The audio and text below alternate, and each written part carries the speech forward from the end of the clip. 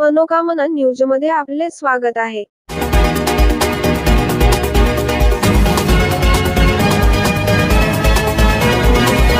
अधिवेशनाच्या पहिल्याच दिवशी लाडक्या बहिणींना सरकारचं डबल गिफ्ट.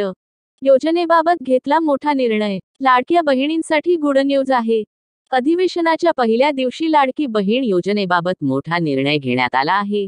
नागपूर डिसेंबर 16. ज्या कुटुंबाचं वार्षिक उत्पन्न हे 2.5 लाखांपेक्षा कमी आहे, अशा कुटुंबातील महिलांसाठी या वर्षी लाडकी बहीण योजना सुरू करण्यात आली.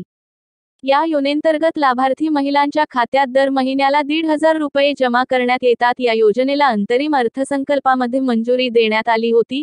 त्यानंतर लगेच जुलैपासून या योजनेची अंमलबजावणी सुरू झाली. आतापर्यंत लाभार्थी महिलांच्या खात्यात जुलैपासून ते नोव्हेंबरपर्यंतचे 5 हप्ते जमा झाले आहेत. आचारसंहितेमुळे नोव्हेंबरचा हप्ता ॲडव्हान्स जमा करण्यात आला होता. म्हणजे ऑक्टोबरमध्ये महिलांच्या खात्यात एकाच वेळी 3,000 रुपये जमा करण्यात आले. दरम्यान आता डिसेंबरचे पैसे खात्यात कधी जमा होणार याकडे लाडक्या बहिणींचं लक्ष लागलं आहे. जर राज्यात पुन्हा एकदा आमचं सरकार आलं तर आम्ही लाडक्या बहिणींच्या खात्यामध्ये दर महिन्याला 2,100 रुपये जमा करू, अशी घोषणा महायुतीच्या नेत्यांकडून करण्यात आली होती.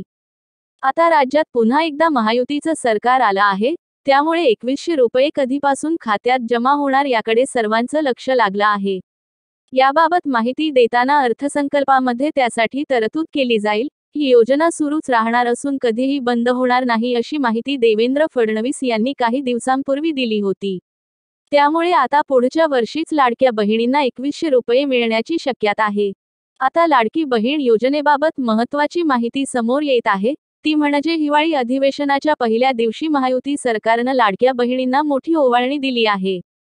अधिवेशनाच्या पहिल्या दिवशी 35,788 कोटींच्या पुरवणी मागण्या मंजूर झाल्या आहेत. त्यामध्ये मुख्यमंत्री लाडकी बहीण योजनेसाठी 1,400 कोटी रुपयांची तरतूद करण्यात आली आहे.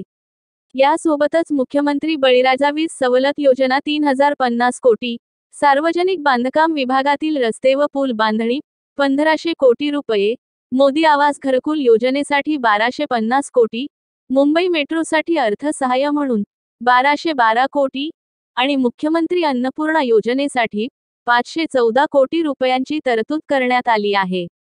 दरम्यान अधिवेशनाच्या पहिल्या दिवशी लाडकी बहीण योजनेसाठी 1,400 कोटी रुपयांची तर अन्नपूर्णा योजनेसाठी 514 कोटी रुपयांची तरतूद करण्यात आल्यानं हे लाडक्या बहिणीसाठी सरकारचं डबल गिफ्ट मानलं जातं आहे.